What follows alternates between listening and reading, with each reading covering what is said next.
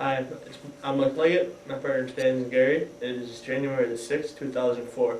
We'll be interviewing Lance Corporal David West.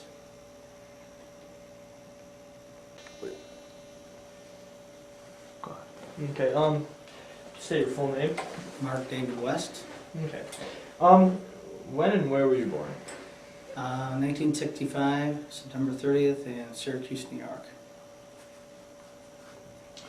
Okay, prior to your enlistment in the Marine Corps, what level of education did you receive? I had a 2-year degree from SUNY Cobleskill. Okay. Before you enlisted, did you work any jobs? Just part-time, going through high school, you know, dishwashing, that type of thing. Yeah. Because I was still in college when I enlisted. Okay. So when did you decide to join the military? When I was a kid, probably 14 or 15, I had a cousin that was in the Marine Corps, who still is. He's down in North Carolina. Probably been in 20 some odd years now. And I always knew I wanted to join the Marine Corps.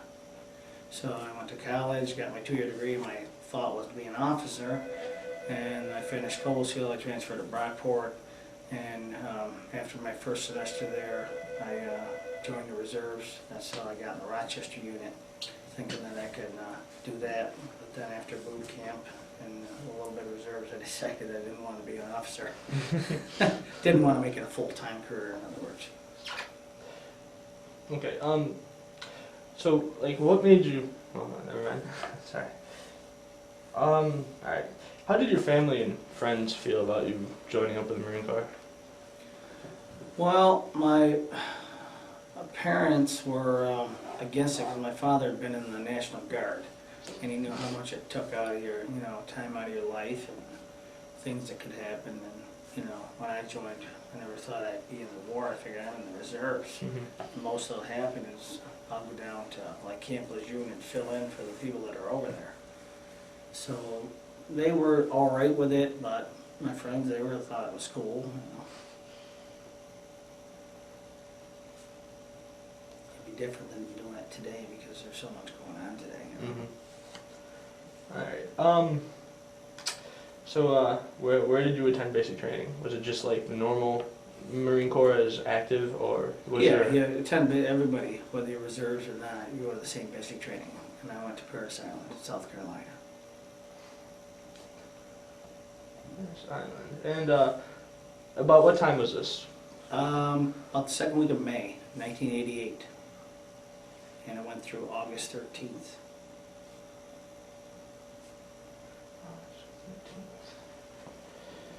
Okay. Paris Island, the infamous drill instructors. Who and what were they like?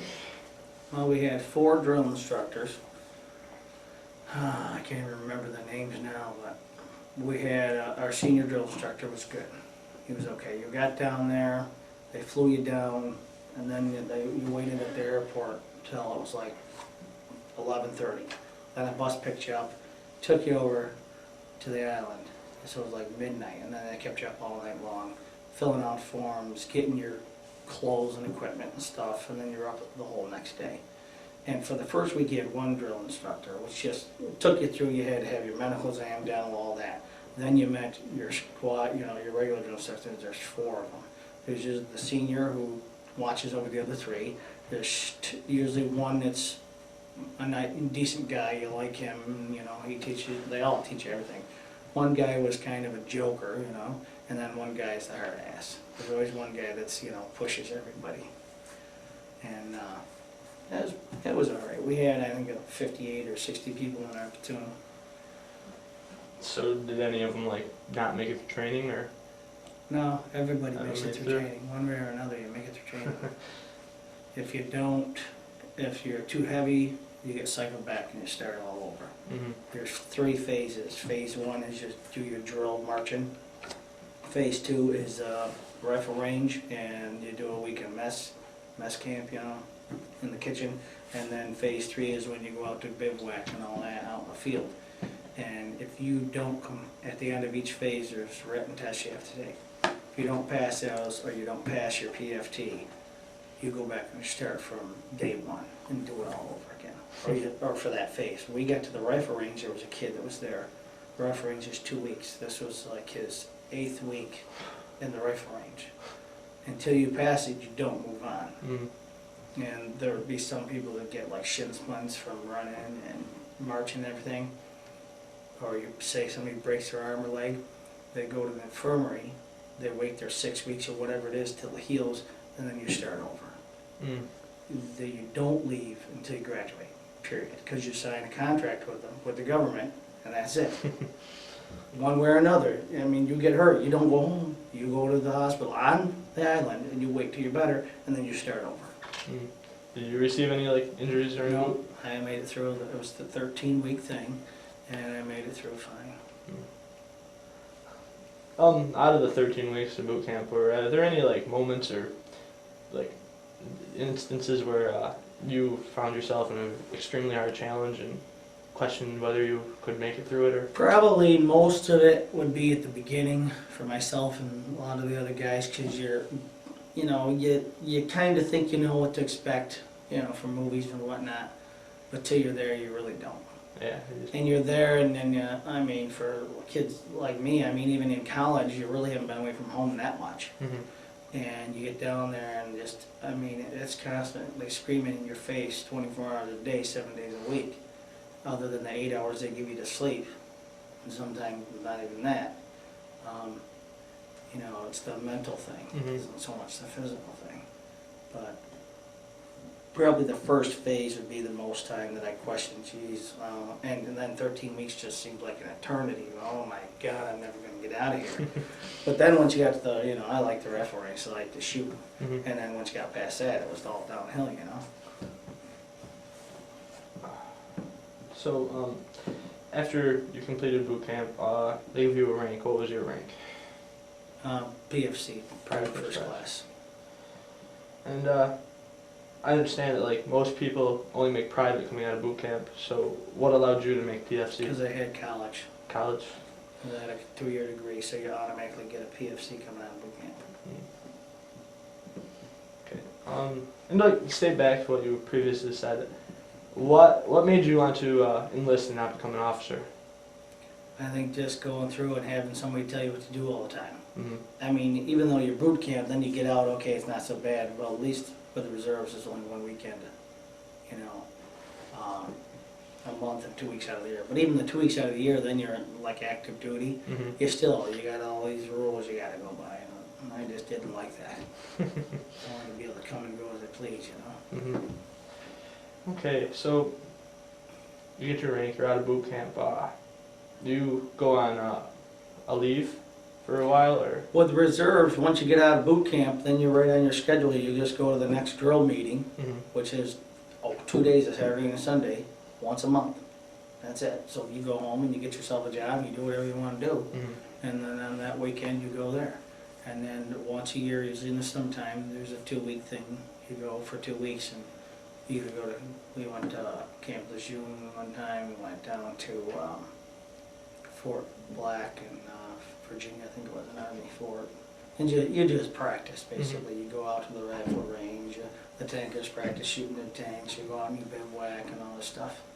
So basically just keep it familiar in your head. And Yeah, Okay, like, what was your specific job? I was a motor T, so I was a truck driver. And when I was also the dispatcher, which is the one that has the log that fills out, everybody has to sign out the vehicle they have. And then you go over it with a checklist, okay, this is almost like a rented vehicle, this is what it look like, is it gonna be all dented up when it comes back, And then they gotta sign it back in when they, when they get done with it. Which isn't much on reserves, but then when I was over in the Gulf War, we kept the dispatch while we were in Saudi Arabia, if anybody needed a vehicle. But then once we got on the move, that went right out the window. Okay. So you're in the reserves, and like, how long were you a member of the reserves before the war was announced and started? Well, I was started in August '88, and let's see here, it was 1990. Right around August, it was about August of 1990 when we started sending troops over. So that was about 2 years. 2 years. And then each time we had drill, there'd be the rumor, oh, we're gonna get called up, we're gonna get called. There's only 2 tank battalions in the Marine Corps. There's the one here and there's the one on the West Coast. Mm-hmm. And it was gonna be one or the other. So, we got, I guess it was about the beginning of November. We got called up. And when you were called up, did your unit immediately ship overseas, or did you go to like a staging point? Or? We went to a staging point. We went down to Camp Lejeune. Mm-hmm. We were down there while I think we had be at the Reserve Center 2 days after Thanksgiving. Mm-hmm. That we shipped out just about a month later. And we flew over. We flew over commercial air. So you finally realized that your unit was going over and you got called up. How were your personal feelings for this? I knew that question was going to come. It's bound, right? I got the call. I had, in February 1990, I got married. Mm-hmm. And in April, we had our first child. So I was just married, just had a baby, a little girl. And we got the call, and the first thing I did is went and threw up. It's just so nerve-wracking. It's like, oh man. Because you didn't know how long you were going to be gone. You know most wars you're gone for at least a year. Mm-hmm. And then the unknown, of course, not knowing are you going to come back or aren't you? Mm-hmm. So yeah, I was just sick to my stomach. And then from the time we called, we had 2 weeks before we actually had to be at the Reserve Center and go. So we went out there, my family, my mother and father went out with me, my wife and baby. And I have an aunt that lives out in Rochester, so we stayed at her house. And then Motor T was going to drive down, and then they needed a couple people to stay back and fly with the rest of them down. So I stayed back, so I got an extra day with my family. So then we ended up flying down, I think on a Sunday after Thanksgiving. Mm-hmm. So I think it's safe to say that your family was pretty upset over it too. Oh yeah, yeah, they were upset. My parents, my father was like, see, this is why I told you not to join. And my wife was just a wreck. But what was good, the only good thing about that was we lived in an apartment next door to her parents. Mm-hmm. Her father owned. So she just moved back in with her parents. She'd only been married a little while. And, for support, she stayed with them. Okay. I'm not sure like how it works in the Marine Corps, but before your unit actually shipped overseas, when they were down in Camp Lejeune, did they undergo like a special training session or whatever you would refer Well, basically all they did was they gave you a landmine training course, because there were so many landmines over there, how to dig in the dirt and deactivate a landmine, what you would never really need to do anyway, because they've got the engineers who go blow up the landmines. They had you go out and recite your weapon in, give a VZO inside all that and all that stuff. Other than that, it was just waiting around. You get issued your desert clothing, and wait around and get shipped out. Not really much extra. Mm-hmm. They just kind of put us on a detail. I had to go down in the motor pool and work like a regular job every day. Okay. So you finally make it over to Kuwait, and what was it like? How was the elements different compared to what you were used to in the States?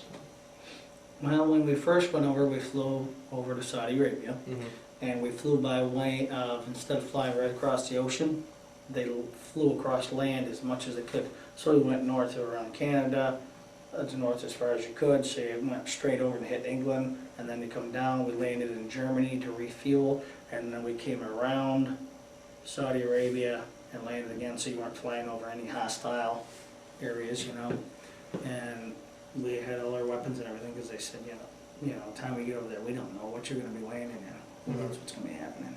We got over there, it was fine. It's in Saudi Arabia. And we had what they called a tent city. There was a bunch of cement slabs already laid out right in line. And they set up the big tents, and you can fit maybe 20 racks, cots, 10 and 10 on each side. And we just stayed there. And it really wasn't, it was December, so it wasn't hot. That was nice, maybe 70 during the day, but it got down to like 30 at night. It was cold at night. So it'd be pretty cold. Yeah. Hear stories how it's always like 90 degrees and Summertime maybe. We didn't make it to the summertime. We were out of there by April. Alright, while you were, before the war started, like, what would your common duties be? Like, everyday duties before the actual ground combat or staging happened? Just maintenance of vehicles and hanging out in the motorpool, basically. Killing For time? motor T, there wasn't much to do. Mm-hmm. We just, yeah, there wasn't much at all. We played a lot of volleyball, sat around. I mean, even moving up into the different staging areas, you just stayed there. There was nothing to do. You hung out. Everybody had to do guard duty at night. You know, they had guard duty 24 hours a day. Mm-hmm. And you had to go out and sit for a 4-hour shift. And just nothing, really nothing. It was boring. Yeah. Hurry up and wait, right? Yeah, hurry up and wait. There's nothing to do. We'd be in Motor T every once in a while. We'd have to drive down and pick something up from the port. Mm-hmm. And we might be 3-4 hours away. They had set up PXs, tent PXs all over. They had one set up with AT&T brought a bunch of payphones over, so you could call home. And you'd get a bunch of guys piled in the trucks, the 5 tons, and you'd drive 3 or 4 hours to one of these and you get to make phone calls home, which was nice. Or you go to the PX and then you could get candy bars and soda and all the stuff you wanted, you know, because we lived on MREs. Mm-hmm. So they got old pretty fast. Yeah, I tell you though, the different companies like Del Monte and stuff like that were good because they sent over truckloads of the big huge cans of fruit cocktail with Del Monte stew and stuff. That was awesome. Okay, just skip forward a little ways. When actual combat first started, or I should say, when did you first encounter, if you encountered any Iraqi resistance? What was that like? Opening to the first day of ground war, like I said, we went in with full chemical gear, and we didn't get very far at all, and there was already lines of guys with their hands up walking toward us. And like I said, the first day, and as soon as you saw the first group of 100 or so, basically the war's over already. Before it even started, it's over.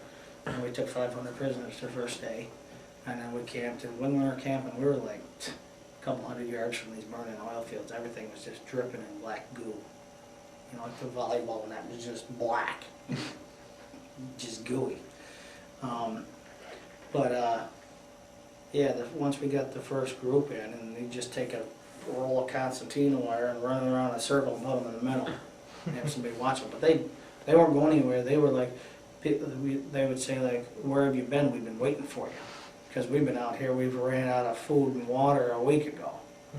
They couldn't wait for us to come. So they weren't very motivated to fight for the country. Most of them were forced out there. You know, you get out there, we're going to kill you, or if you don't fight, we'll kill your family.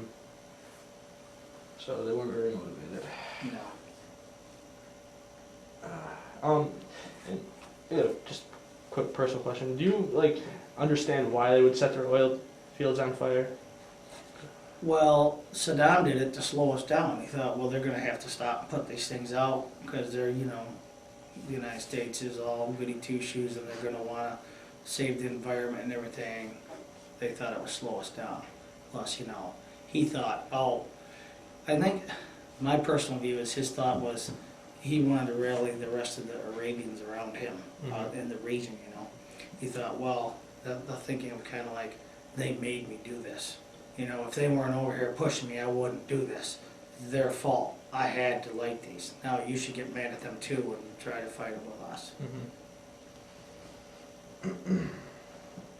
While you were over in the ground combat, were there moments where you feared for your life or feared for fellow Marines? No. No. Just because it was over before it started. Yeah. I mean, we got nothing on Vietnam War, veterans, World War II. I mean, to me, the biggest thing was just missing home. Other than that, once it started, you knew it was over. There was nothing to fear. And that was all due to the Air Force's good job of bombing the crap out of them. Take it away before they can use it. Yeah. Okay.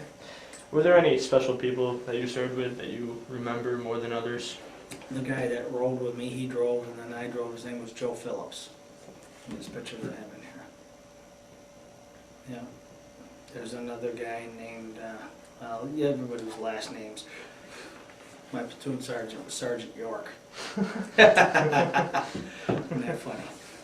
Sergeant York, Sergeant Smith was his, buddy. They hung out together. That's funny. Sergeant York was a motivator. He was a good guy. A name like that. Yeah. Okay. In your time over there, wow, what event or events stick in your mind the most? Going through Kuwait City and seeing all the people that were right out there lying down the road, cheering, waving American flags and everything. It was awesome. That was awesome. So they basically viewed everyone as a liberator and not a invader or whatever you would call them. Yeah. Okay. This kind of refers to like modern day war that we're waging right now. Do you think back then, when we first went to the Gulf War, that the U.S. should have stayed there until Saddam was captured and his army was totally defeated? Or do you think we did the right thing by leaving when we did? I think we should have stayed there. I mean, because we had them all circled and enclosed right there. And the army that swung around and shut the doors, the door shut, there was nothing between them and Baghdad. Because all of Iraq's people were in Kuwait. They could have detained them all and then went up and did their search. See, now they've done their search and they got all these people bombing us, There've been nobody to stop them up there. They could have went up and got Saddam, found him, or do whatever. They just let all these guys, they opened the door and said, okay, everybody, you put down your weapons, put down your vehicles, and go home. Well, that was a big mistake. Do you think that was more of a politician's role? Well, yeah, it was a politician's role because our job was to liberate Kuwait. Once Kuwait was liberated, the job was done. Yeah, not invade Iraq. Yeah, it wasn't, our job wasn't to go, and we wouldn't even be getting Saddam if it weren't for 911. It's the terrorist threat that is why we're over there getting them now. I mean, they should have got them now because, look at all the Iraqis that have probably got killed from Saddam in the last 10 years. So, on that note, do you think it's good that we're over there now? Yeah, yeah, definitely. Talked to a few vets and from the Vietnam War, and they think that this war is wrong simply because we're invading them before they attacked us. And so you believe that we should be over there? Yeah. In my opinion as well. I think Vietnam War veterans probably from being in their war see things differently because I don't think they should have been over there. We're over there fighting a war. Basically, that every time you see a war between their own country, that's a civil war, just like we had. Nobody came over and took a side. Well, I guess you could say the French helped out. But like the Vietnam War, that was a civil war between the North and South, just like Korea. You don't see us over in, they had the Korean War, we're not over there now trying to straighten things out unless it's going to affect us. I think that's a big thing. I think like with the Vietnam War, there must have been some type of economical or, oh, we're going to lose goods. We got to go there and straighten this out. Something like that, Okay, so how long do you think, how long was your unit deployed in Kuwait and Saudi Arabia, and like when did you finally return to the States? We returned, let's see here, I returned to Syracuse home on April 23rd, and we were down in Camp Lejeune for a week before that. So a week prior to that, we flew in, we landed in LaGuardia first, we got on another plane and then come back. We went down to Camp Lejeune, and then a week later we had to go through the process of the checking out and all that, turning in gear and stuff, and getting signed off active duty. And then we flew back, some of us in Syracuse that lived this way, and the rest went to Rochester. And when you returned, like, were you part of like a celebration in cities, parades and such? Well, they had parades in Rochester for our unit and stuff. When we landed, the guys that were going to Syracuse, they were playing that Lee Greenwood song, God Bless America, and everybody was there with banners and everything cheering. That was nice. Your families were there to meet you. And then they would let us know when parades were, and you could go participate in parades, and out in Rochester they had banquets and stuff. So your family was extremely happy to have you back? Oh yeah. You were happy? Yeah, well, it was 2 days before my daughter's first Mm-hmm. birthday. I had missed my first anniversary and first Christmas. And my wife was pregnant for our second that was born in August. Okay. Now one more question. If you had to do it all over again, would you, and why? Yeah, I would do it again. Just because I believe in what the military stands for as far as our freedoms and whatnot. And I guess for the freedoms of, like, the Kuwaitis, other people. I think the reason we get involved in so many things is if you didn't, say nobody did anything when Saddam went to Kuwait. Well, somebody like that's not going to stop there. Eventually, you know, he'll keep going, maybe take over Saudi Arabia. Maybe he'll ban all the Arab nations and be the leader over one. You know what I mean? Something like that, so to speak. Eventually they're going to be big enough to come over here. Mm-hmm. So it's better to stop them when they're small. Defeat them before they get any strong power. Right. Okay. Well, that's all I have. If there's anything else you'd like to add, feel free. Well, we had this one gunner. Gunner is a chief warrant officer in the service, and they don't even have him anymore in the Marine Corps. And he went over with us, and he was probably 68, 70, something like that, Gunner Thompson. Mm-hmm. And he had been in the Korean War. He had been in Vietnam. He had been in everything, you know, all these different engagements. And he wasn't an officer. You know, he's still an enlisted man. It's a warrant officer, still an enlisted man. And even though he wasn't an officer, the officer looked to him to guide them in a lot of the decisions when they're over there, because he had the experience. And there were guys in our unit, the young, like your guys' age, you know, and they couldn't wait to go. Oh, I can't wait, we want to go. I hope we get activated, I hope we get activated. And the one thing I always remember is he said, you know, he always walked around, and he was a big guy and rough looking, you know, he smoked a cigar all the time. He says, I'll tell you what, boys, he says, there's some of these guys around here that they can't wait to get over there and, you know, kill people and all that. He says, but I'll tell you this, the first shell that hits the ground, everybody's asshole puckers the same. I thought that was a good one. A little bit of history for you. Yeah, yeah. He says, they'll be the first ones running the other way crying for their mama. The enthusiasm of our youth. Yep. I think it's going to be cool till they see it. We saw a lot of charred bodies. All the we had one of our groups that was in our battalion was a tow missile group out of Miami, and the tow missiles will shoot farther than their tanks, than the Iraqi tanks will. So they can sit out of range and just peg them off. And they're wire guided. They have a thin, almost like fishing wire, thin wire on it. So they got the big scope on top, so wherever they aim that scope, after the missile's fired, they fire it at him, and he runs over there. I go like this, the missile just goes like that. And it's in the desert, where are you going to hide? You know? Mm-hmm. And what we found is what they did, they were doing is they're hiding behind each other. One tank could get behind the other one and let him get hit instead. Well, now he's gone, where are you going to go? Mm-hmm. You know? And a lot of them were buried down. They dug big dips in the dirt, so they just dried down, so just the barrel was sticking out. And of course the planes would go over and just boom, boom, boom, boom, boom. At one point we were sitting after the ground war started, where our convoy was going through. The first day we got to a minefield, and we're sitting there waiting, and the engineers were going through, and they'd shoot out the big string thing full of explosives, and they'd boom, boom, boom, boom, boom, and they'd set off and clear a path. Some of the tanks had mine plows on them, and they could hit 2 or 3 mines before the plow was shot, and they just bring the tank through, and he'd plow the dirt, boom, boom, boom, and back out, the next one come through and make a path. So we're sitting there waiting for this, and you know, there are explosions all over the place, and you hear this one explosion like over here, 100 or 200 feet. Boom, the sand's flying, and there's a fucking huge hole the size of this room.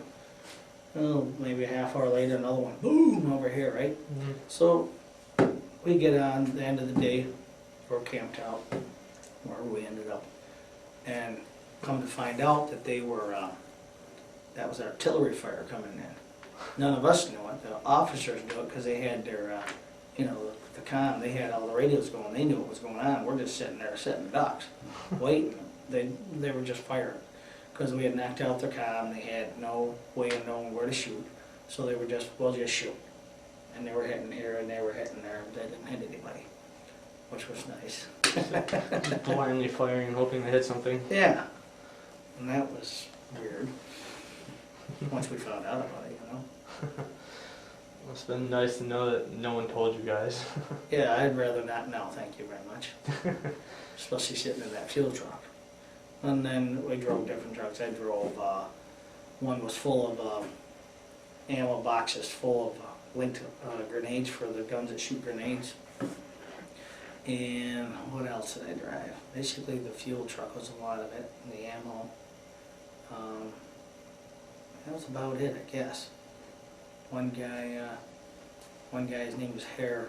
We were in a hole he had dug and he put a tent over it, and we're all sitting there one night shooting the shit. And he had, what we had for heat was you'd take a metal ammo box and put about that much sand at the bottom, and you just saturate it with jet fuel or diesel fuel.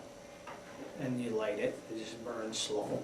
Diesel burns slow. You can throw a match in the diesel, if you just throw it, it'll go out. You know, kind of hold there and let it light, you know.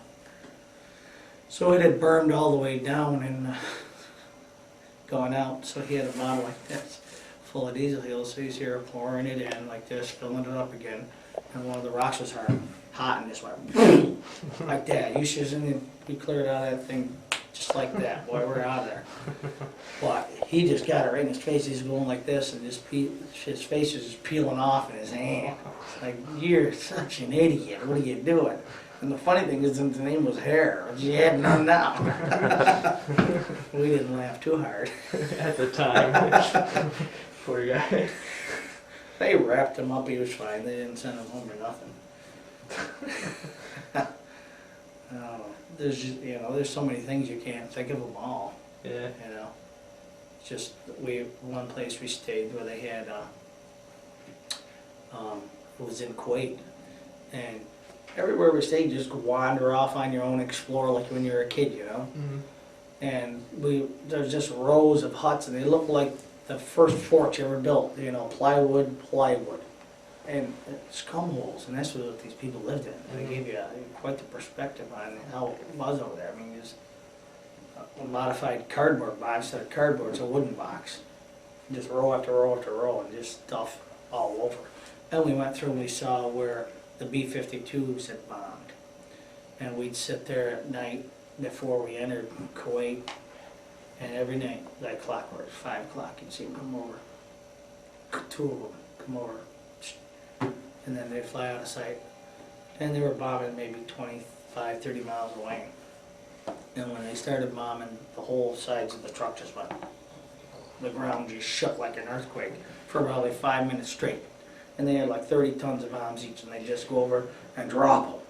And then when we got to where they were, where the bombs were, there's huge, I mean, huge crews at this school in one of the craters.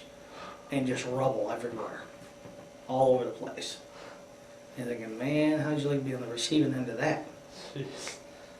That's why we didn't It's really meet hard. any resistance. Yeah, it's really hard to imagine once you were there, Oh, seeing it. unbelievable. And just the, you know, you see it on TV with all, at nighttime, all the, Yeah. that's what it's like, a huge fireworks display. Mm-hmm. Because we'd have to, you know, you think the grunts get their armored BMPs or whatever to take them up to the front lines.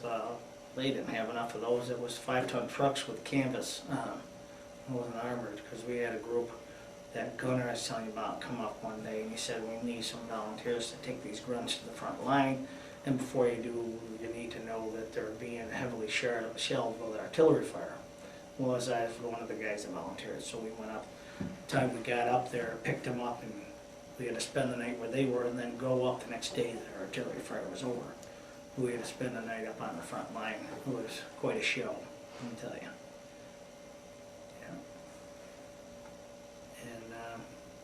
And once we got through Kuwait, I mean, you got to Kuwait, and then we just kind of camped out for like 2 or 3 weeks, and everybody had to take their turn to cycle back to Saudi Arabia, you know. And we waited there for a couple weeks, and then we ended up going back to Saudi Arabia, and probably a couple more weeks there if we get to fly home. And they had to wash, of course with the trucks and tanks, you had to wash everything down because you couldn't bring any soil home from there because it might have something, if it got into our agricultural soil, it could kill our crops, you know, different things over there. So everything, and they said you can't bring anything home with you. You know, I had this pair of night vision binoculars I had found. It was awesome, but I couldn't bring them home. But now, if I knew what I know now, I would have brought them, because when they searched your bags, there was like 60 of us. They took the first 5 or 6 guys, you had 2 sea bags, you dumped out one, they searched the one, they didn't search the other, they did like maybe 10 people, and then they just put everybody on the plane. Could have got away with it. I could have brought it home. I had a 45 we had found, you know, that's still floating around in some gas tank of a 5-ton somewhere. But yeah, you could have brought stuff home. There was one point where we were driving along in Kuwait, and the convoy stopped somewhere like a plateau, and it dipped down. And we were waiting for like 2 hours. What the heck are we doing? After a couple hours, you see a whole squad of Cobra helicopters go over. All right. And then maybe 20 minutes later, we move on, we go down below, and it was just loaded. We had a lead truck had gone and spotted a whole group of tanks down there and called in, you know, air support. We just sat there and waited, and went through and just, like 5 minutes, wiped them all out. Just like that. Some resistance. Yeah, well, there's, what can you do? They had no air. The Air Force took off right off the bat. When we came in, the Air Force just, we either bombed them or they fled to Iran. Said, okay, we're going up for a run. Left country. The heck with this. So we didn't have to worry about that, which was good, you know. And, you know, with our technology, they didn't really stand a chance. Anyway. Not much you can do if you're just driving an old beat up tank and a Yeah, helicopter. old beat up tank, and you got these, you know, helicopters coming in with, you know, heat-seeking missiles and guided missiles and everything. Psst, you don't stand a chance. You got a helicopter going that fast, you try to get that tank to, you're never gonna get around to shoot at them anyway. You know. But I was glad to get home. Very glad. So we were over there about a total of 6 months.